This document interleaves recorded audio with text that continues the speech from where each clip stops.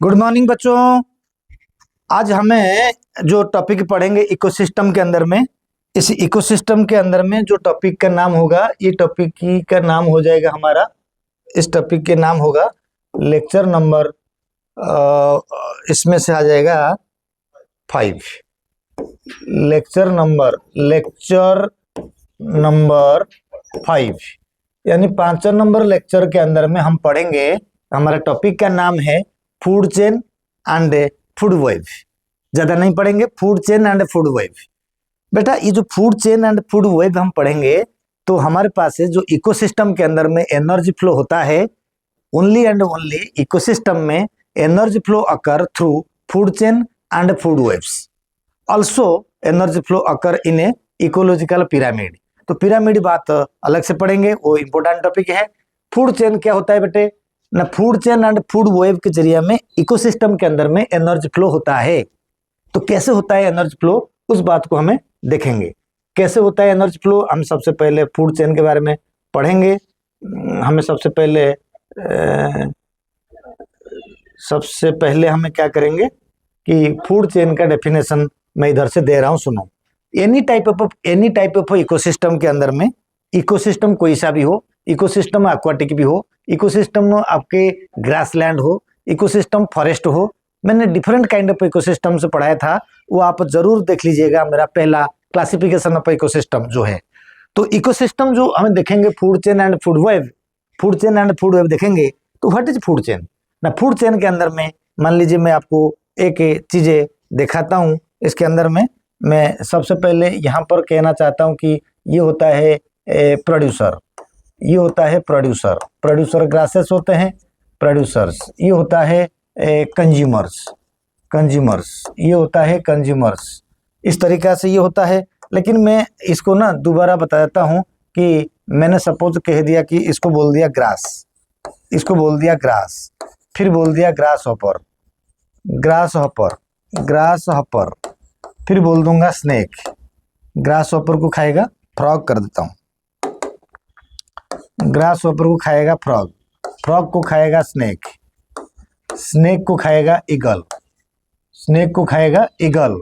अभी जो grass hopper, frog, snake and eagle, ये एक फूड चेन है, ये एक फूड चेन है। बेटा फूड चेन का डिफाइन करता हूं। इन फूड चेन मान लीजिए ग्रास हॉपर किसको खाता है?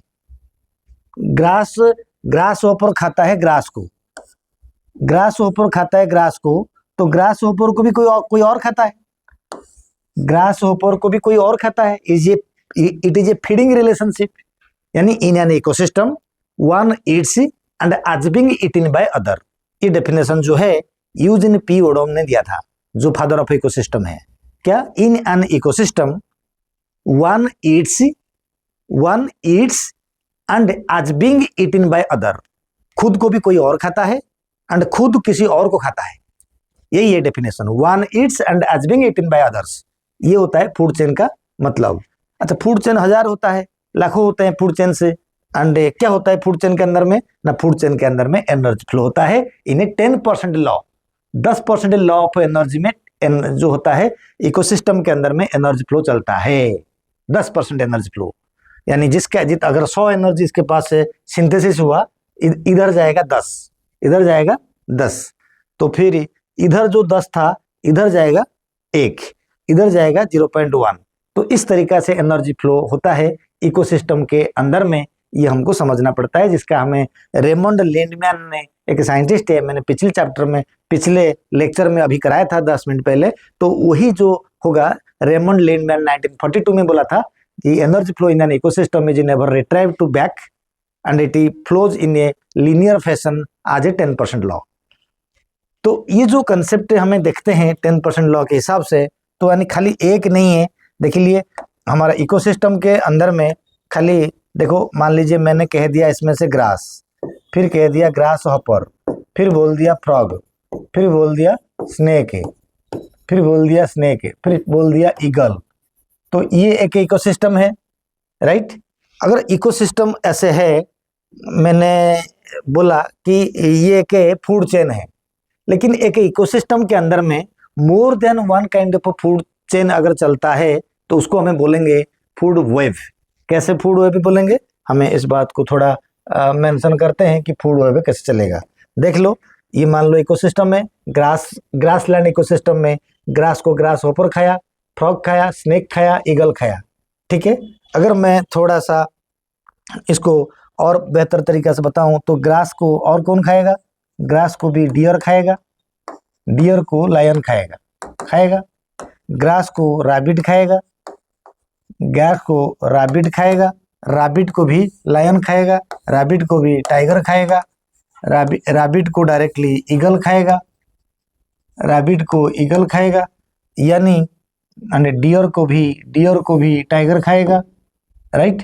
एंड ये जो एक सिस्टम होता है, फिर ग्रास को कौन खाएगा, ग्रास को गोट खाएगा, ग्रास को गोट खाएगा, गोट को लायन खाएगा, एंड गोट को टाइगर भी खाएगा।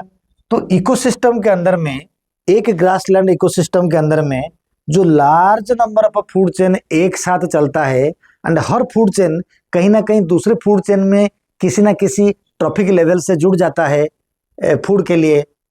तो this complex food chain in an ecosystem is known as a food web.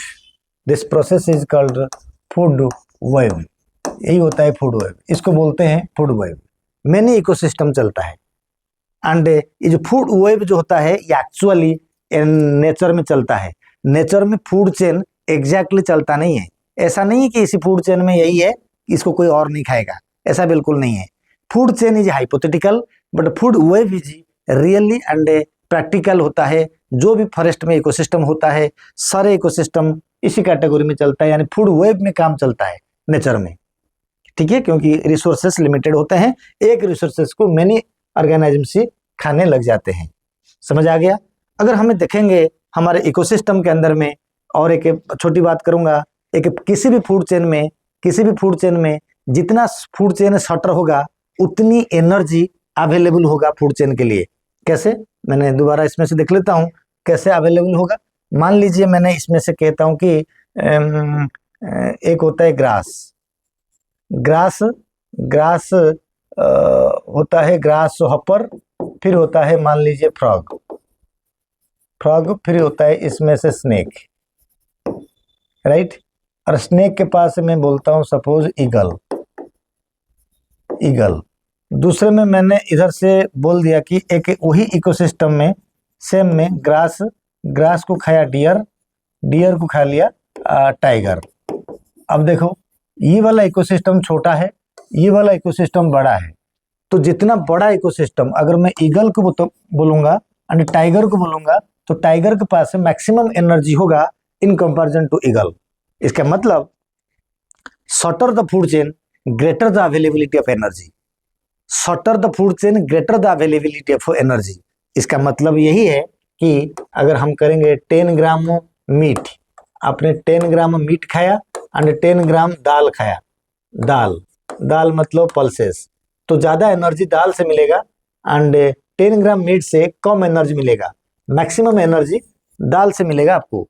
कैसे ना, 10 ग्राम अगर क्वांटिटी सेम रख देंगे तो सेम अमाउंट ऑफ सब्सटेंसेस में वेज से ज्यादा मिलेगा energy in comparison to non veg. That is called veg power, and this is the condition shorter the food chain greater the availability of energy. ये बात मैंने कर दिया। जब ये बात मैंने कर दिया, अभी मैंने ये बात करने के बाद अभी मैंने कहूंगा कि जो फूड चेन होता है ये 3 प्रकार के होते हैं। ये फूड चेन जो होते हैं वो 3 प्रकार के होते हैं। इस 3 प्रकार को थोड़ा देख लेते हैं। बेटा, फूड चेन 3 प्रकार की क्या क्या होता है ना। एक होता है ग्रेजिंग फूड चेन, एक होता है डेट्रिटस फूड चेन, एक होता है पैरासाइटिक फूड चेन। सब लिखा हुआ है ना। ग्रेजिंग फूड चेन आपका फॉरेस्ट फूड चेन होगा, आपका ग्रासलैंड फूड चेन होगा, आपके एक्वाटिक इकोसिस्टम होंगे। तो जो भी आपको इकोसिस्टम के बारे में जानते हैं, पानी में इकोसिस्टम हो, डेजर्ट में इकोसिस्टम हो, ग्रासलैंड में इकोसिस्टम हो, फॉरेस्ट इकोसिस्टम हो, इस सारे इकोसिस्टम ग्रेजिंग इकोसिस्टम के अंडर में आता है। ओके, लेकिन जो आता है क्या बोलते हैं उसका डेट्रिटस फूड चेन, यानी जब भी प्रोड्यूसर कंज्यूमर मर जाएंगे, जब डिकम्पोजिशन प्रोसेस होना शुरू हो जाएगा, उसी टाइम पे आपका डेट्रिटस फूड चेन का शुरुआत होगा एंड उस डेट्रिटस फूड चेन में जो एनर्जी मिलेगा वो वापस नहीं आएगा बायोलॉजिकल सिस्टम में, रेदर जो न्यूट्रिएंट निकलेगा वो रिसाइकल्ड जरूर हो जाएगा। पैरासाइटिक फूड चेन का तो कोई मतलब नहीं है, इसको मैंने अभी कैसे था उसको थोड़ा देखो बेटे। जो grazing food chain starting from the producer and and with top carnivores, लेकिन ये तो डेड बॉडी से शुरू होगा एंड ये start with herbivores and 10% law is not available, not applicable. कहाँ से एप्लीकेबल होगा? पैरासाइट है, 10% लॉ नहीं जाएगा, जो मिलेगा वो खा लेगा। इसमें सिर्फ ग्रेजिंग फूड चेन में हमारा aquatic food chain, grassland food chain and forest ecosystem, desert ecosystem, इन सब में 10% लॉ अप्लाई होता है, लेकिन 10% लॉ डेट्रिटस फूड चेन में अप्लाई नहीं होता।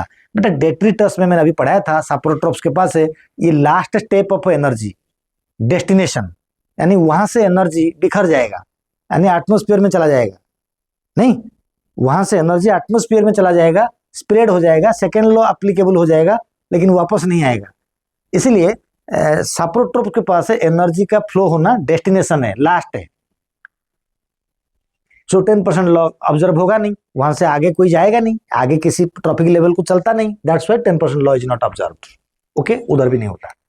मेन कहानी आ गया, death of any trophic level of detritus food chain operates. Of course producer consumer मरेंगे तो डेट्रिटस फूड चेन स्टार्ट हो जाएगा, ये खुद है। यानी डेट्रिटस कुछ नहीं है, जो डिकम्पोजर होता है। पैरासाइट जो एक के अंदर में रहता है, उसमें ना 10% लॉ अप्लाई होता है, ना बाकी कुछ होता है। मेन होता है यहीं से। एंड क्या होता है, डेथ ऑफ जो होगा तो फिर इसके अंदर में the major conduit of energy transfer in the aquatic ecosystem, major energy transfer aquatic. No food chain are interlinked to form a food web, यानी number of food chain interlink करके food webs बन जाता है, इसमें से कोई जरूरत नहीं है। ये मैंने बता दिया ऑलरेडी, ये फूड चेन फूड वेब है, मैंने अभी ये बात भी बता चुका हूँ। तो नेक्स्ट टॉपिक की आता है significant of food web. It maintain natural balance, बिल्कुल स्टेबल इकोसिस्टम के लिए चाहिए। एंड जंगल में, फॉरेस्ट में, ग्रासलैंड में, डेजर्ट में यही होता है। एक रिसोर्सेज को कई ऑर्गेनिज्म चलता खाते हैं, एंड एक रिसोर्सेज के साथ कई प्रकार का फूड चेन से उसके अंदर में ऑपरेट होता है एक साथ। It helps natural selection and it represent the feeding relationship with in a community. बहुत अच्छी बात लिखा हुआ है सिग्निफिकेंट ऑफ फूड वेब में। ठीक है बेटे, यही था हमारा food chain and food web से। एंड हमने इकोलॉजिकल पिरामिड अच्छे से नेक्स्ट वीडियो में करेंगे। Thank you very much, bye.